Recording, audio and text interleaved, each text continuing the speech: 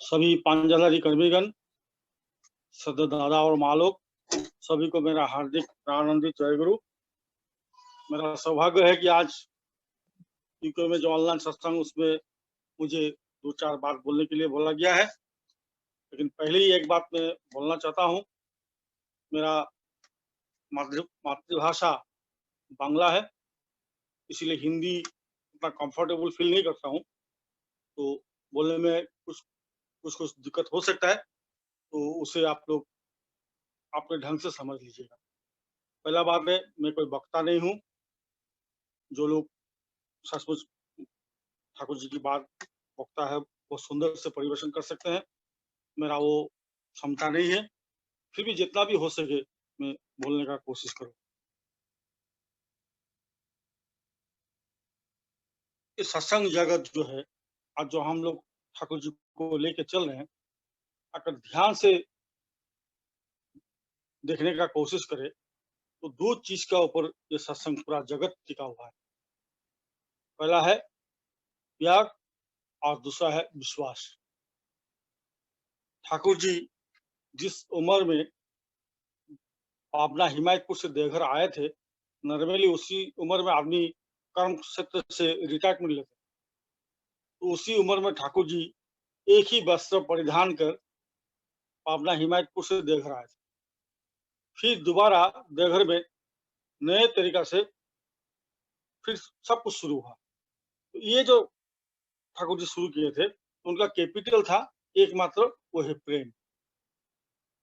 ठाकुर जी का दूसरा कोई संबल नहीं था। तो ये जो ठाकुर जी का प्रेम, इसी को लेके मैं 2-4 बात पहले बोलूंगा। बिहार में एक कर्मी थे हम लोग का, मुखिया जी, तो दीक्षा लेने के पहले वो हर साल देवघर में आते थे। यहाँ बाबा धाम मंदिर है, वहाँ शिव जी का मूर्ति है, वहाँ आदमी लोग पानी चढ़ाने के लिए आते हैं। तो मुखिया जी भी हर साल बाबा धाम में आके पानी चढ़ाते थे। तो ठीक इसी तरह एक बार जो वो देवघर आए, तो किसी का माध्यम से उनको सुनाई पड़ा कि ठाकुर जी ऐसा सत्संग नगर है, वहाँ ठाकुर जी है, ऐसा पुरुषोत्तम है, जो भी है। तो वो जब ठाकुर जी के बारे में सुने, तो उनका बहुत इच्छा हुआ कि ठाकुर जी का दर्शन करें। तो ठाकुर जी के पास आए, ठाकुर जी को देख के उनको बहुत अच्छा लगा। तो अचानक वो ठाकुर जी को एक प्रश्न पूछा। क्वेश्चन किया। क्या प्रश्न? बोले ठाकुर जी, रामचंद्र जी आए थे रावण को मारने के लिए, और प्रभु कृष्ण आए थे कंस को मारने के लिए, तो आप जो इस बार इस धरती पर आए हैं, किसको मारने के लिए? तो ठाकुर जी हंस के बोले कि राम के समय में एक ही रावण था और कृष्ण के समय एक ही कंस था।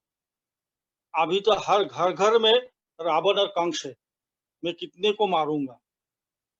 तब ठाकुर जी बोले कि আমি এইবার বধ করতে আসিনি, বশ করতে এসেছি। अर्थात इस बार हम किसी को मारने के लिए नहीं आए, बश करने के लिए। तो किस तरह बश करेंगे? वही जो हम पहले बोले थे कि एकमात्र संबल था प्रेम। ठाकुर जी पार्लर में बैठे हुए हैं, ठाकुर जी के अगल बगल में 2-4 सेवक है, और पार्लर के बाहर से ढेर सारे आदमी ठाकुर जी का दर्शन कर रहे थे। तो दोपहर के टाइम ठाकुर जी का नहाने का टाइम हुआ है, तो ठाकुर जी का एक सेवक उठ के क्या किए, जो खिड़की सब था, जाके फटाफट खिड़की सब जंगला सब बंद कर दिया।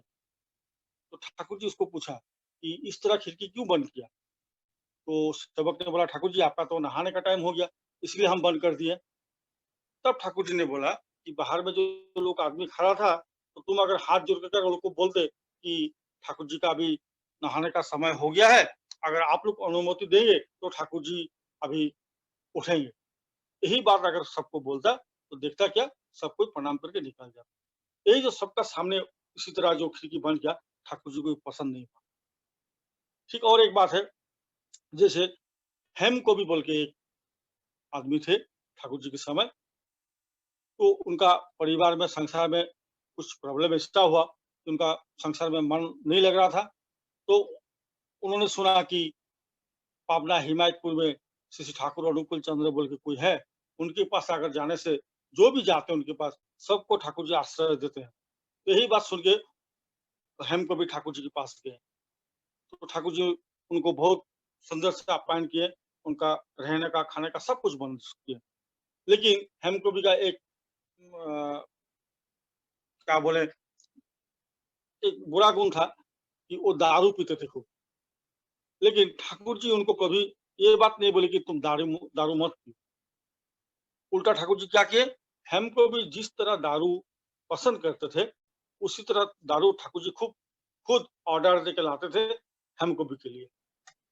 एक दिन हेमकवि बाजार में गए, मार्केट में गए, तो 2-4 आदमी आपस में बात कर रहा था कि ऐसा-ऐसा एक आदमी आया और ठाकुर जी सबको शाकाहारी भोजन के बारे में बोलते हैं, मादक छोड़ने के लिए बोलते हैं। और ठाकुर जी ये सब बोलने का बाद भी ठाकुर जी खुद वो दारू माँगा के उस आदमी को पीने के लिए देते थे। ये बात जब हमको भी बाज़ार में सुने तो उनको थोड़ा बुरा लगा। बोले तब वो सोचे, बोले ठीक ही बात बोला है कि जिनको हर आदमी पूजा करता है, हर आदमी जिनको पुरुषोत्तम बोलते हैं और वो दारू माँगाते हैं और हम उस दारू को हम पीते हैं। उस दिन जब ठाकुर जी के पास हमको भी गए, तो ठाकुर जी हर दिन की तरह उस दिन भी जब दारू ऑफ़र किए, तो हमको भी बोले, "ठाकुर जी हमको क्षमा कीजिए, आज से मैं ये दारू और नहीं पीऊँगा।" एक ही दिन में वो दारू छोड़ दी। तो ये ठाकुर जी का प्रेम था।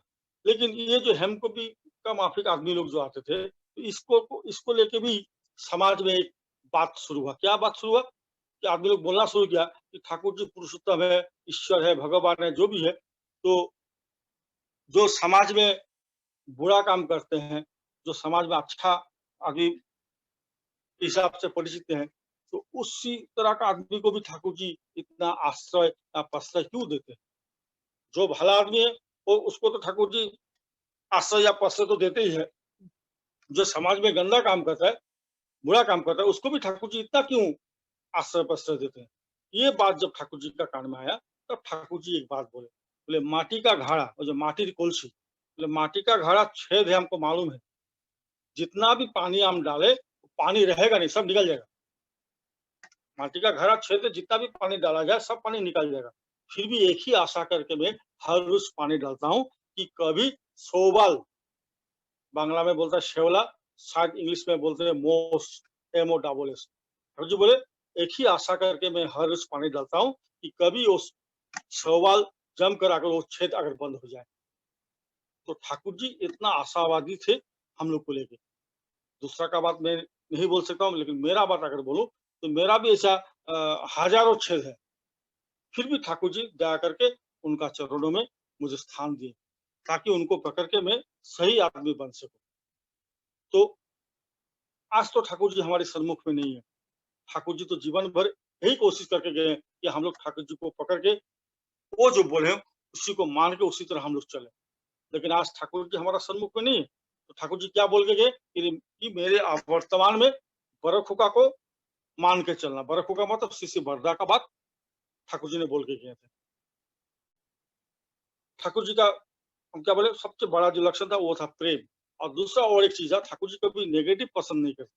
कोई भी चीज़ नेगेटिव बोलना या नेगेटिव देखना ठाकुर जी कभी पसंद नहीं करते। तो ठाकुर जी तो ये बोल के गए कि मेरे अवर्तमान में बरखुका को लेके चला। तो बरदा का जीवन अगर हम लोग देखें, तो जीवन भर शिष्य बरदा 2 चीज़ किए। एक क्या कि क्या करने से मेरा ठाकुर जी खुश होंगे, यही कोशिश ज़िंदगी भर की है। और दूसरा क्या किया कि जो लोग ठाकुर जी का संस्पर्श में आए, सब कोई इस तरह ठाकुर जी जैसे चाहते थे वैसा हो पाए, उसी का कोशिश की शिशि बरदा। एक बार ठाकुर जी का सन्मुख में कुछ भक्त बैठे हुए हैं, तो एक भक्त ने ठाकुर जी को प्रश्न किया, ठाकुर जी आप तो बोले ब्राह्म मुहूर्त में इष्टवृत्ति करना है, लेकिन कोई किसी किसी को दिखा जाता है कि 10 बजे नींद से उठता है या 11 बजे नींद से उठ के इष्टवृत्ति करता है। लेकिन आप तो बोले ब्राह्म मुहूर्त, ये जो 10 बजे, 11 बजे या 12 बजे, कुछ-कुछ आदमी ऐसा भी है कि चाय का प्याला जब सामने ला के खड़ा होंगे, तब जाके वो उठ के इष्टवृत्ति करता है। इस तरह का इष्टवृत्ति करना सही है? तो वहाँ जो-जो उपस्थित था ठाकुर जी सबको पूछे, कि इस तरह इष्टवृत्ति करना सही है? सबको एक ही बात बोला, नहीं ठाकुर जी ये गलत है, क्योंकि आप तो बोले ब्राह्म मुहूर्त करने के लिए। तो 10 बजे, 11 बजे अगर इष्टवृत्ति करेगा, तो कैसे होगा? ये ठीक नहीं है। लेकिन किसी का उत्तर से ठाकुर जी का मन नहीं भरा। उस समय शिशि बरदा आके जो प्रणाम किए, शिशि बरदा को ठाकुर जी ने पूछा कि ये लोग यही बोल रहे हैं कि जो 10, 11, 12 बजे नींद से उठ के कोई इष्टवृत्ति कर रहा है, ये करना क्या सही है? शिशि बरदा सब सुन के बोले कि না করার চেয়ে ভালো। না করার চেয়ে ভালো मतलब जो नहीं करता है उससे तो बेहतर है। क्या बोले? जो ना করার চেয়ে ভালো अर्थात बहुत आदमी तो करता ही नहीं है, लेकिन ये तो देर से भी होने से भी फिर तो कर रहा है। तो ये उससे भी अच्छा है। तो देखिए इतना नेगेटिव बातों में भी किसी बरदा ने वो पॉजिटिव बात की। तो बरदा का जीवन हम क्या बोले? वो भी जीवन भर यही कोशिश किया कि किस तरह ठाकुर जी को खुश किया जाए और ठाकुर जी को लेके बाकी जितना सब है, सब कोई ठाकुर जी का मन के मुताबिक हो सके, उसका कोशिश किसी बरदा जीवन भर किया। बरदा का एक छोटा घटना बोलूँगा, आप लोग अभी विदेश में हैं, अभी इंडिया में जितना गुरु भाई का संख्या है, जितना पॉपुलेशन है गुरु भाई, उतना तो वहाँ है नहीं। तो किसी का मन में भी ये आ सकता है कि यहाँ तो गुरु भाई संख्या बहुत कम है, तो किस तरह ठाकुर जी का प्रचार होगा? इसी सिलसिले में एक घटना बोलूँगा। वेस्ट बंगाल में दिनाजपुर डिस्ट्रिक्ट है, वहाँ गंगारामपुर बोल के एक जगह है, वहाँ डॉक्टर मिलन पाल चौधरी बोल के एक ठाकुर जी का कर्मी थे। तो वो जब एमबीबीएस पास करके जब उनको नौकरी मिला, तो गंगारामपुर में पोस्टिंग हुआ। तो वहाँ गुरु भाई संख्या बहुत कम था, छोटा एक ज़मीन था, छोटा एक केंद्र जैसा था, उसमें भी टाइमली प्रार्थना वगैरह कुछ नहीं होता था। तो उनका मन बहुत दुःख हुआ। मन में बहुत दुखित थे क्योंकि वो ओरिजिनली त्रिपुरा का आदमी है, त्रिपुरा में गुरु भाई का संख्या बहुत ज़्यादा है। तो मिलन दा आके वर्तमान जो आचार्य देव श्री दादा, उनको आके निवेदन किया कि दादा हमको गंगारामपुर में रहने का दिल नहीं है। अगर आप अनुमति देंगे तो मैं गंगारामपुर से चला जाऊँगा। तब मिलन पूजा दादा ने बोला कि मुझे बोलने से कोई फ़ायदा नहीं, तुम जाके बाबा को बोलो। अर्थात शिष्य बरदा को जाके निवेदन करने बोले। तो फिर मिलन दा बरदा के पास गए। बरदा को जाके यही बात बोले कि हमको गंगारामपुर में अच्छा नहीं लग रहा है, वहाँ गुरु भाई संख्या बहुत कम है। ठाकुर जी का कोई परिवेश है ही नहीं, तो मुझे वहाँ नहीं रहना है। तब शिष्य बरदा ने एक घटना बोला, पहले बरदा बोला मैं एक घटना बोलूँगा, पहले उसको सुनो।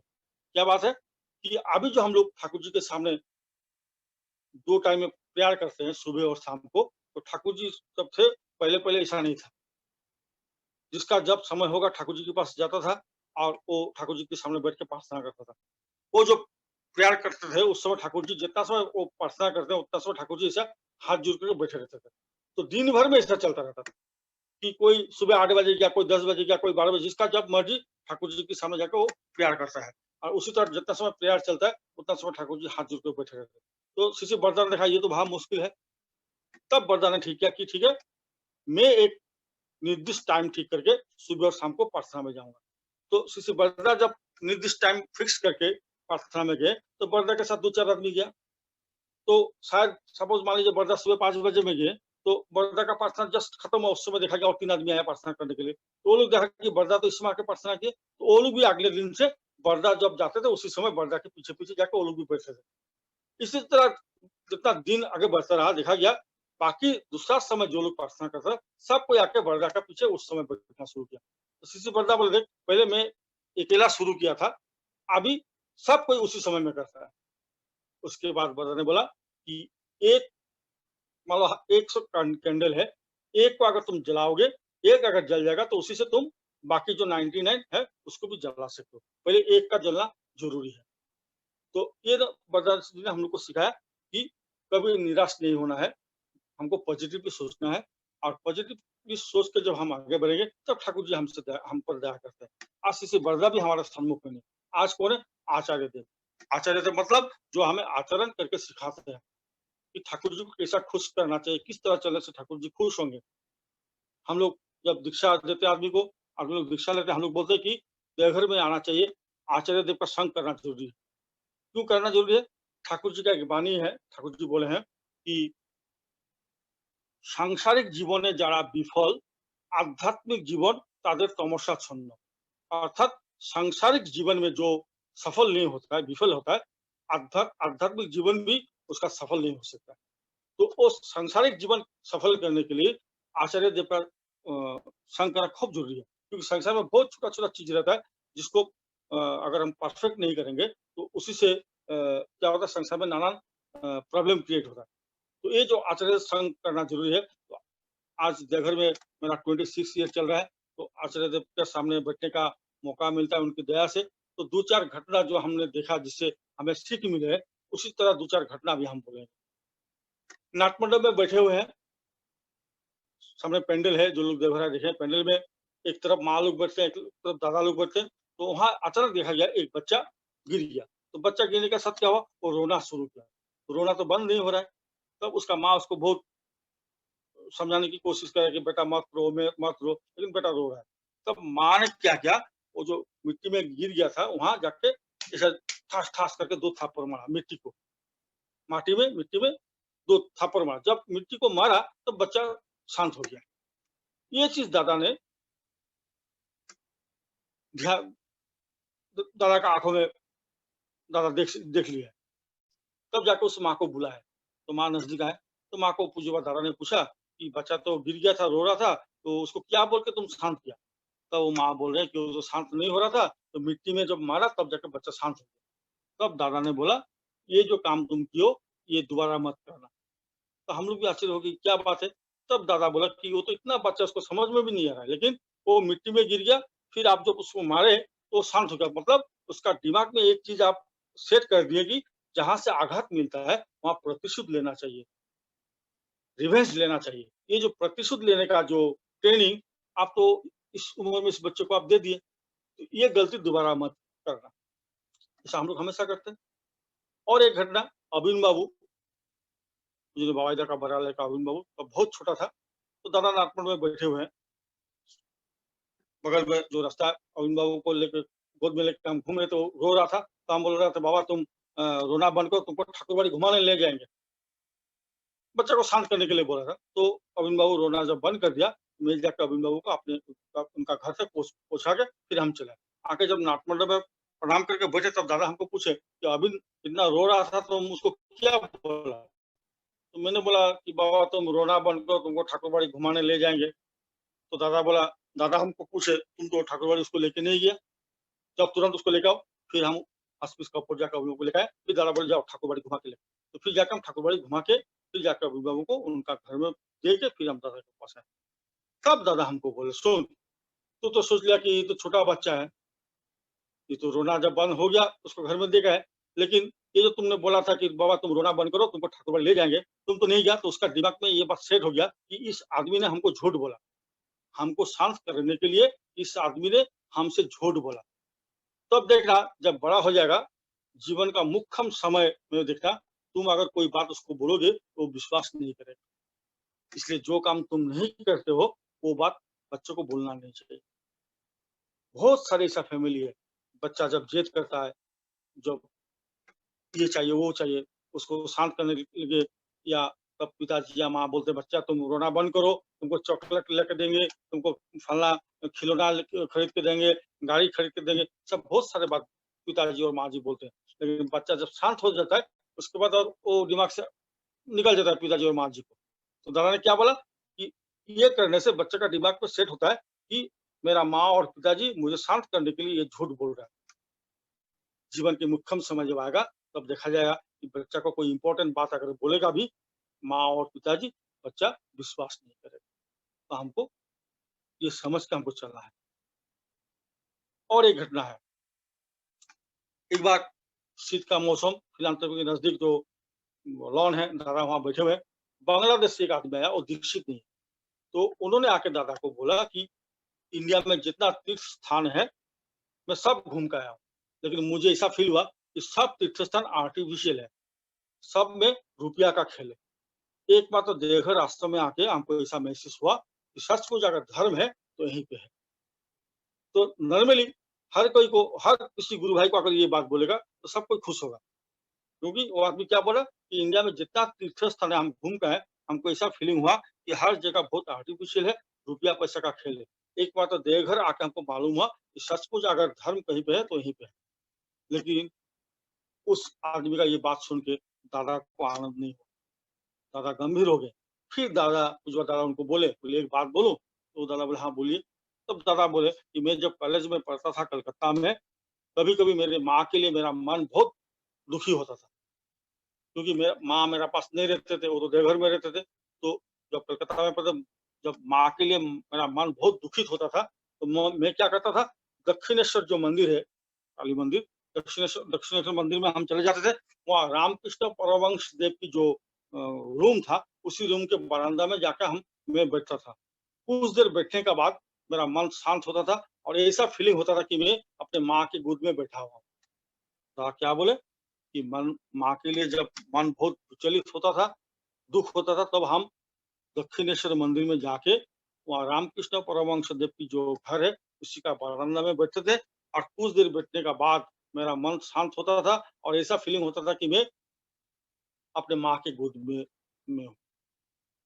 तब दादा बोले कि कंपेयर करने का मानसिकता लेके कोई तीर्थ स्थान में जाना उचित नहीं है, उससे अमंगल होता है। क्या बोले दादा? कंपेयर करने का मानसिकता लेके कोई तीर्थ स्थान में जाना उचित नहीं है, उससे अमंगल होता है। इसका मतलब दादा ने क्या बोला कि हम लोग हमारी तरह है, बाकी बहुत सारा ऑर्गेनाइजेशन दुनिया में है, वो लोग उसी उस तरह है, तो उससे कंपेयर नहीं करना है। ठाकुर जी हम लोग को लिए जो बोले बस इसी को लेकर हमको आनंद में रहता है। तो आज अ, दादा का उम्र हो गया बहुत, आजकल तो इस पैंडेमिक सिचुएशन के लिए आश्रम बंद है, लेकिन उसके पहले भी जो आदमी लोग आता था, तो दादा के नज़दीक जाकर सबको बैठने का मौका नहीं मिलता है और निवेदन-आवेदन भी संभव नहीं होता है। तो आजकल दादा के पास आते दादा क्या करते हैं, बाबा-जी के पास भेजते हैं। अभी 2-4 बात हम बाबा-जी को लेके बोलेंगे। अब 26 साल से मैं देवघर में हूँ, एक चीज़ मैं देखा कि सुबह नींद से उठने के बाद रात सोने तक बाबा-जी का एक ही ध्यान रहता है कि किस तरह आचार्य देव को खुश करना है। क्योंकि बाबा जी ने बोला कि आचार्य देव को अगर हम खुश कर पाएँगे, तभी जाके ठाकुर जी खुश होंगे, क्योंकि ठाकुर जी का जीवन तो प्रतिमूर्ति है आचार्य देव। तो ये बाबा जी को लेके हम 2-4 बात बोले। ये जो सत्संग जगत है, तो ये तो आदमी को लेके है, मनुष्य को लेके। तो इस आदमी को लेके किस तरह हम लोग को चलना चाहिए और छोटा-छोटा जो चीज़ हम बोले पहले, इसी विषय में हम 2-4 घटना बोलेंगे, शायद सुनने से आप लोग को अच्छा लगेगा। ठाकुर जी का जन्म मास भाद्र महीना, तो क्या ठीक हुआ कि पूरा महीना सत्संग होगा, भाद्र परिक्रमा। तो पहले बार जब शुरू हुआ, उसके पहले आश्रम में एक मीटिंग हुआ था। तो आश्रम का जितना कर्मी लोग है, सबको बुलाया गया। बाबा भी वहाँ थे। तो प्रवीण कर्मी अजित गांगुली था, तब उनका उम्र लगभग 85 ऐसा होगा। तो बाबा अचानक उनको पूछे कि अजित दा, फलना तारीख को अगर आपका कैंपस में अगर सत्संग किया जाए तो कैसा हो? तो अजीत दा ने बोला कि दादा आप जो डेट बोलेंगे उसी डेट ही सही है। बाबा बोले नहीं, क्योंकि सत्संग आप लोग ऑर्गेनाइज करेंगे, इसलिए डेट आप लोग को तय करना है। जो हो, जो भी हो, मीटिंग खत्म हो गया। तो हम रूम में आके सोचे, अगर बाबा 30 दिन कहाँ-कहाँ पे सत्संग होगा, ये लिस्ट बना के बाबा ले जाते और वहाँ जाके सबको बोलते कि इस जो 30 दिन में मैं डेट फाइनल किया, इस 30 दिन में इसी-इसी जगह पे सत्संग होगा। हमको तो नहीं लगता कोई भी उसमें आपत्ति दर्शाता। बाबा बोलते तो सब कोई मान लेता, लेकिन बाबा को क्या देखे कि वो अपना जो इच्छा किसी का ऊपर थोपते नहीं, सबका मतामत लिए, सबका परामर्श सुने, सबका नेगेटिव पॉजिटिव जो भी हो, सब सुन के ही फिर जाके वो डिसीजन। तो किस तरह आदमी को लेके चलना चाहिए, ये एक शिक्षा हम लोग को मिला। दूसरा और घटना, गर्मी का मौसम, दोपहर खाना खा के मैं रूम में सो के टीवी देख रहा था, तो 1:30-2 बजे टाइम दोपहर, अचानक मेरा दरवाजा नॉक हुआ। खुलते ही हम देखे सामने बाबा खड़ा है। तो हमको पूछे, "क्या तुम सो रहा था?" बोले, "नहीं दादा, हम टीवी देख रहे।" बोले, "तुमको डिस्टर्ब नहीं किया था?" बोले, "नहीं दादा, क्या डिस्टर्ब का कोई बात ही नहीं है।" बोले, "तुम्हारा अगर असुविधा नहीं होगा तो तुम एक छोटा काम कर दोगे?" "हाँ दादा, बोलिए।" तब जाके बाबा हमको बोले, "तुम बाज़ार में जाके 2 मेडिसिन लेके आना।" हम बाज़ार में गए, मेडिसिन लेके आके जब उनका घर में जाके उनको दिए, वो हमको बोले, "थैंक यू।" हम रूम में चले आए। बाद में हम सोचे कि बाबा इतना बात क्यों बोले? अगर मैं क्यों? कोई भी आदमी को अगर गुरु भाई को बाबा बुला के बोलेंगे कि भाई जाओ बाजार में जाके 2 मेडिसिन लेके आओ, एक ही बात में वो दौड़ेगा। लेकिन बाबा कितना बात खर्च किए कि तुम्हारा तुमको डिस्टर्ब नहीं किया तो, तुम्हारा नींद बर्बाद नहीं किया तो, ये इतना बात बोले। तो हम सोचे कि जिनका निर्देश से पूरा सत्संग जगत चलता है, वो कभी ऑर्डर नहीं देते। उसका हर बात में एक इतना प्यार, इतना दर्द छुपा हुआ है कि और जो हम लोग ऑर्डर करने का एक लायक है, हम लोग ऑर्डर करते हैं। तो ये एक शिक्षा हमको मिले कि किस तरह आदमी को बोलना चाहिए। तीसरा एक घटना,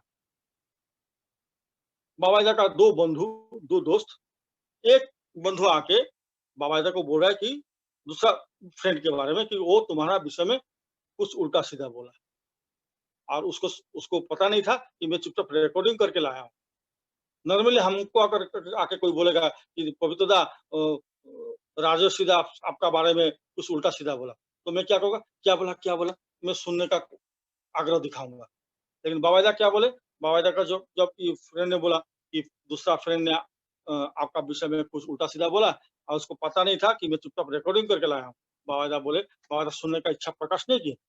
बावायदा उसको बोले, देख तू भी मेरा फ्रेंड है, वो भी मेरा फ्रेंड है और तुम दोनों भी फ्रेंड हो, तो मेरा विषय में अगर उल्टा-सीधा बोला तो तुमको विश्वास करके बोला था।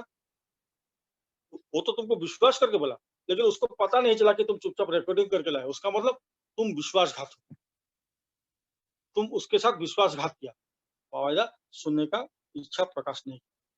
फिर बावायदा बोले कि जो मेरा दोस्त है उसके लिए तो मैं करता ही हूँ, लेकिन जो मुझे पसंद नहीं करता, अगर उसके लिए मैं दुगुना ज्यादा नहीं कर पाया तो मैं ठाकुर जी का आदमी नहीं।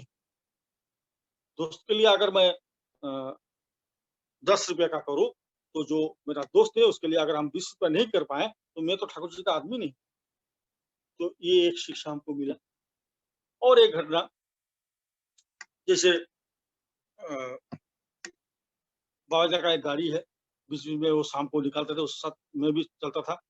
तो गैरेज से निकाल के समाधि के पास जाते-जाते गाड़ी का स्टार्ट बंद हो गया। तो बाबाजा ने हमको बाज़ार भेजा तेल लाने के लिए, तेल खत्म हो गया। तो तेल लाने में मुझे करीब आधा घंटा 40 मिनट टाइम लगा। फिर तेल भर के फिर निकले। तो मेरा मन में एक सवाल आया कि गैरेज में, ठाकुर जी का गैरेज में इतना सारे तेल स्टॉक में है, तो बाबाजा हमको बाज़ार में क्यों भेजे? गैरेज से लाते तो 2 मिनट में हो जाता, ये तो 40 मिनट समय लग गया। तो मैंने बाबाजा को पूछा कि दादा गैरेज में इतना तेल स्टॉक है, आप मुझे बाज़ार क्यों भेजे? तो बाबाजा हमको बोले, सुन, ये जो गैरेज में जितना तेल स्टॉक है, ये ठाकुर जी का पैसा से खरीदा हुआ, और ये जो गाड़ी, ये मेरा व्यक्तिगत गाड़ी है। अभी जो हम निकले व्यक्तिगत काम से मैं निकला हूँ, तो मेरा व्यक्तिगत काम के लिए व्यक्तिगत गाड़ी में ठाकुर जी का अर्घ से खरीदा हुआ तेल मैं क्यों भरा? ये एक शिक्षा हमको मिला। और एक चीज देखते थे, बाबाजा बीच बीच में क्या होता है, 10, 15, 20 लड़का को लेके आनंद बाजार में प्रसाद लेने जाते हैं। तो जब भी वो जाते हैं तो पहले क्या करते हैं, बोलते हैं हिसाब कर तो कितना आदमी है? बोले दादा 20 आदमी। तो एक अमाउंट बोलते हैं कि जाओ फिलांथ्रोपी में जाके आनंद बाजार के अकाउंट में जमा करो। तो आनंद बाजार में अकाउंट में जमा करने के बाद अर्घ प्रशस्ति लेके आए, फिर जाके वो सबको लेके आनंद बाजार में प्रसाद लेने जाते हैं। अगर बाबाजा अर्घ जमा नहीं करके ऐसे भी अगर 200 आदमी लेके आनंद बाजार में खाने जाएंगे, हमको तो नहीं लगता है कोई कुछ बोलेगा। लेकिन वो हमको क्या सिखाया कि ठाकुर जी की प्रसाद जब हम लेते तो अर्घ जमा करके ही लेना चाहिए। तो ये जो जितना सारे हम घटना बोले, हम क्या बोले, इसलिए देवघर आना जरूरी है, आचार्य देव का संग करना जरूरी है, बाबाजा का संग करना जरूरी है, ताकि मेरा जीवन का जो छोटा-छोटा जो कमियाँ है, उसी को हम ठीक कर सकें। तो इतना समय हम जो बोले कि ठाकुर जी की ये प्रेम का लीला है। लेकिन ठाकुर जी बाणी में एक चीज बोले कि ठाकुर तुम्हारे बाসन ভালো তাতে তোমার কি, তুমি যদি ভালো না বাসো তাকে सब छाइए ढलाएगी। अर्थात ठाकुर जी हमें प्रेम करते हैं, उससे कोई मतलब नहीं, हम ठाकुर जी को प्रेम करते हैं कि नहीं। तो प्रेम का पहला शर्त क्या है कि तुम प्रधान, वहां मेरा कोई अस्तित्व है ही नहीं। मैंने शुरू किया था प्रेम और विश्वास। विश्वास किसको कहते हैं कि किसी भी हालत में, कोई भी परिस्थिति में मेरा मन जब विचलित नहीं होता है, उसी को कहते हैं विश्वास। और विश्वास क्या है, वहां प्रश्न शून्य होना जरूरी है। प्रश्न और विश्वास एक साथ नहीं चल सकता। मतलब अनुगत्य और प्रश्नहीन होना ही चाहिए। प्रश्नहीन जब तक नहीं होते तब तक मेरा विश्वास खाटी नहीं हुआ, पक्का नहीं हुआ। महाभारत में एक घटना हुआ था कि कुरुक्षेत्र युद्ध के समय प्रभु कृष्ण ने युधिष्ठिर को बोला, जाके द्रोणाचार्य को बोलो जाके कि अश्वत्थामा मर गया। अश्वत्थामा उनका बेटा का नाम भी था और एक हाथी का नाम भी था। तो युधिष्ठिर ने बोला, इसलिए मरा तो वो हाथी, बेटा तो नहीं मरा।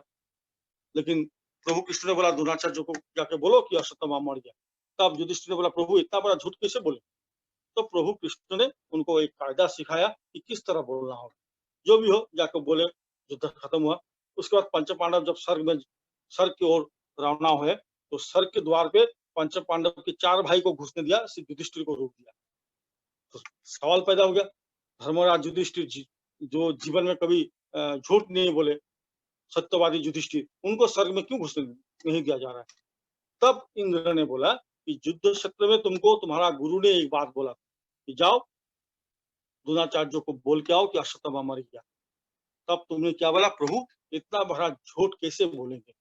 ये जो प्रभु के निर्देश के ऊपर तुम जो प्रश्न किया, तुम्हारा मन में जो सवाल आया, इसी के चलते स्वर्ग में घुसने का अधिकार तुम्हारा नहीं। मैं समझता हूँ कि ठाकुर जी की जगत भी ऐसा है, जो बिना प्रश्न जो उनका हर बात विश्वास करके आगे बढ़ता है, उसी का ऊपर ठाकुर जी का जो दया तो वर्षित होता है। मेरा जीवन का एक छोटा घटना बोलूँगा। एक बार मैं असम गुवाहाटी से देवघर आते समय ट्रेन एक्सीडेंट हुआ, तो पैर में बहुत जोर चोट आया। तो देवघर जैसे-तैसे पहुँच के फिर हमको साथ-साथ हॉस्पिटल में एडमिट किया गया।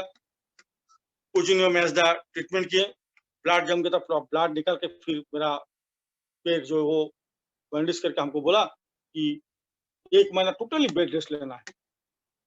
रूम में जाओ, रूम से बाथरूम बस उतना ही, और नहीं निकलना।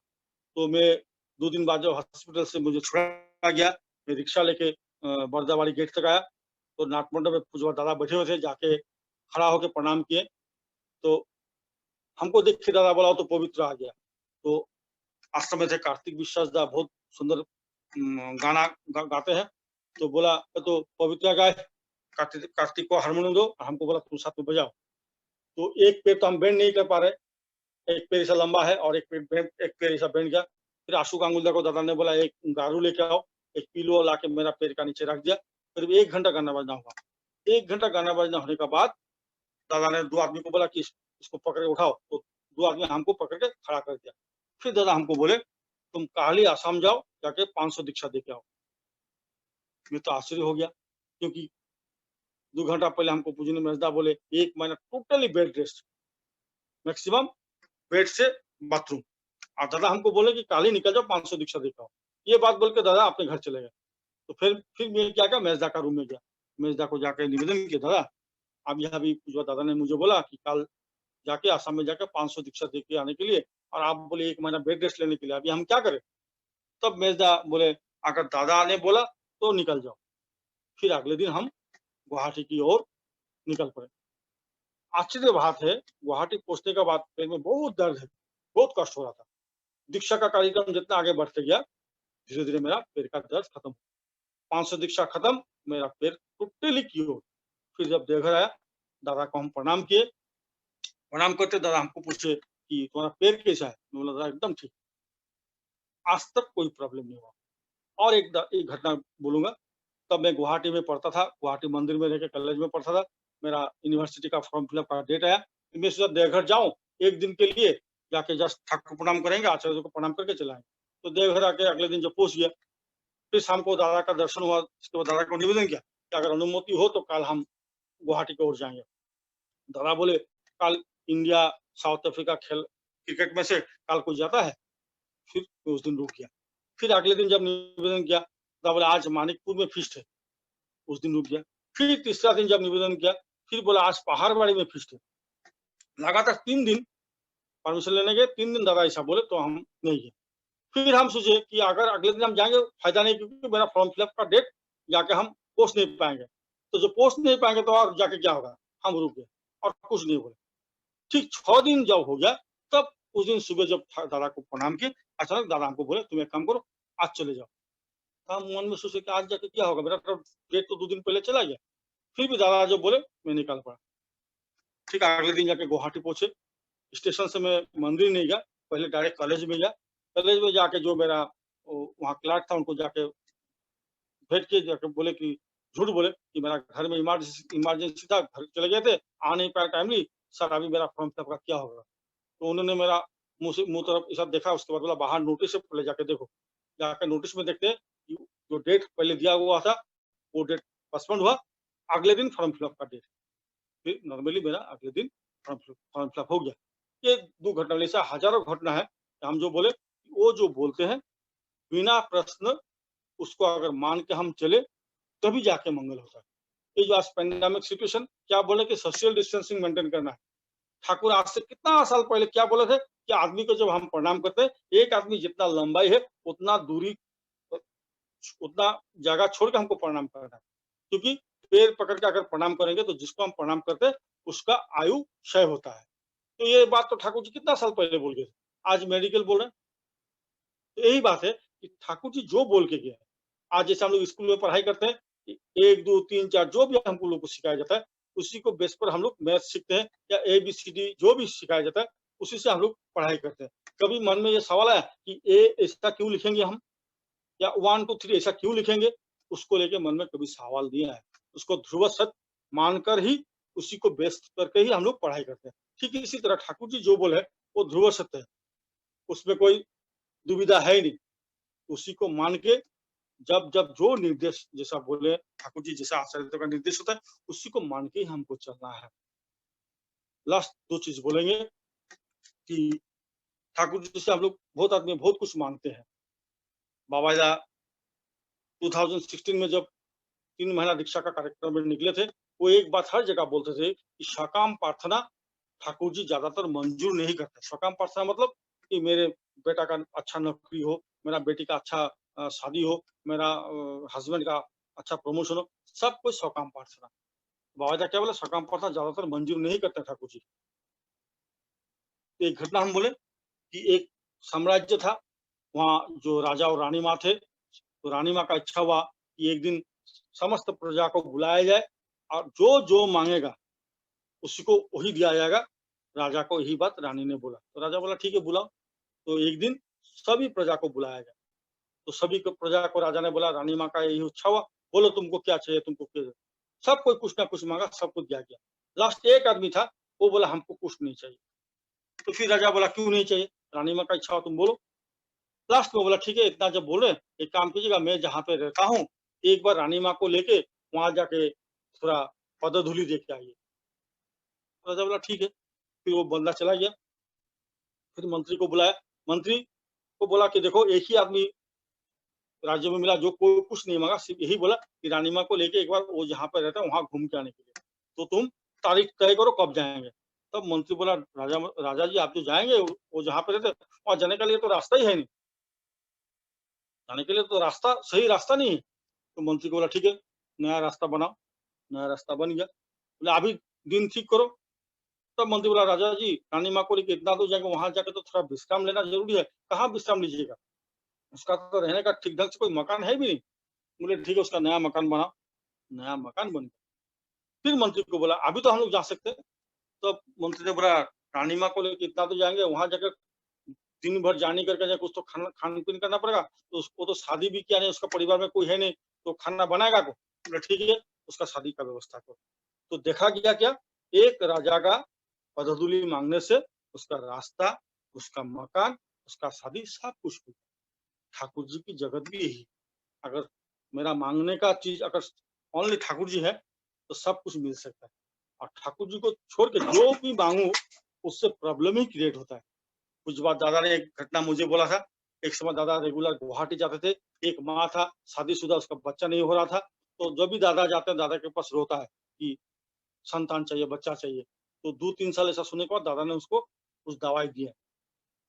फिर 2-3 साल वो माँ और आया नहीं, भेंट भी हुआ नहीं। फिर एक बार दिखते दादा 2-3 साल बाद वो माँ मंदिर घुस रहे हैं, तो दादा दूर से देखे कि माँ का गोद में दूसरा दूध बच्चा और 2 साइड में और 2 बच्चा मतलब 4 बच्चा को लेके वो आ रहा है। तो दादा ये देख के दादा को मन में बहुत खुशी हुआ, इतना दिन बच्चा तो था नहीं, आज तो 4 बच्चा लेके घुस रहा है, इतना आनंद का बात है। तो नज़दीक आके जो माँ जब प्रणाम किया, तो जो दादा ने वो माँ को पूछा कि, "किरे माँ केमन आছিস?" माने माँ को पूछा, "तुम कैसा हो?" तो माँ ने बोला कि, "मत बोलिए, इस साले लोग का उत्पात से जीना हराम हो गया।"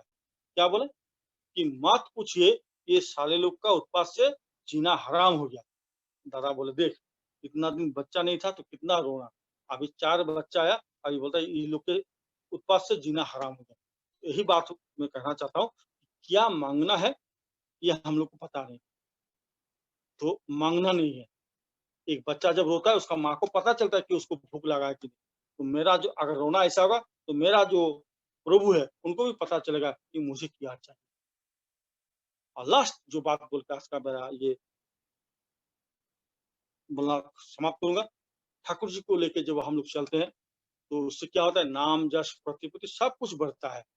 मान लीजिए आप मेरा घर आसाम के एकदम पूर्व प्रांत, आसाम से देवघर मेरा घर से देवघर करीब 16 100 किलोमीटर और आप लोग हैं कहाँ? तो ये जो सब कुछ ठाकुर जी को लेके संभव है। तो ठाकुर जी को लेके जब चलता हूँ, तो क्या होता है नाम जश के साथ-साथ और एक चीज़ है, वो है अहंकार। अगर इस अहंकार को हम कंट्रोल नहीं करेंगे, तब जाके मुसीबत है। एक बार दादा हमको बोला आसाम में जाकर 500 दीक्षा दे के आओ। 12 दिन या 13 दिन था, गुवाहाटी पहुँचे, वहाँ से जहाँ दीक्षा के लिए जाएँगे, तो गुवाहाटी मंदिर घुसते ही हमको बोला कि एक आदमी दीक्षा लेगा। तो मैं सोचा एक आदमी के लिए अभी फिर रेडी होना पड़ेगा। हम बोला आपको जो बोले तो उनको बोला आप दे दीजिए। बोल के मैं निकल गया। 490 दीक्षा देके मैं फिर गुवाहाटी लौट के आया। तो जिस दिन गुवाहाटी पहुँचे, अगले दिन मेरा ट्रेन, दोपहर साढ़े 12 बजे, तो सुबह 7 बजे पहुँच गए। मंदिर में बोले भाई हमको 2 और दीक्षा चाहिए 500 के लिए दादा बोले हैं। साथ ही साथ एक दीक्षा होगा, हो गया 499। तो सबको बोला कि मंदिर में 8-10 दीक्षा नॉर्मली होता, आप चिंता मत कीजिए।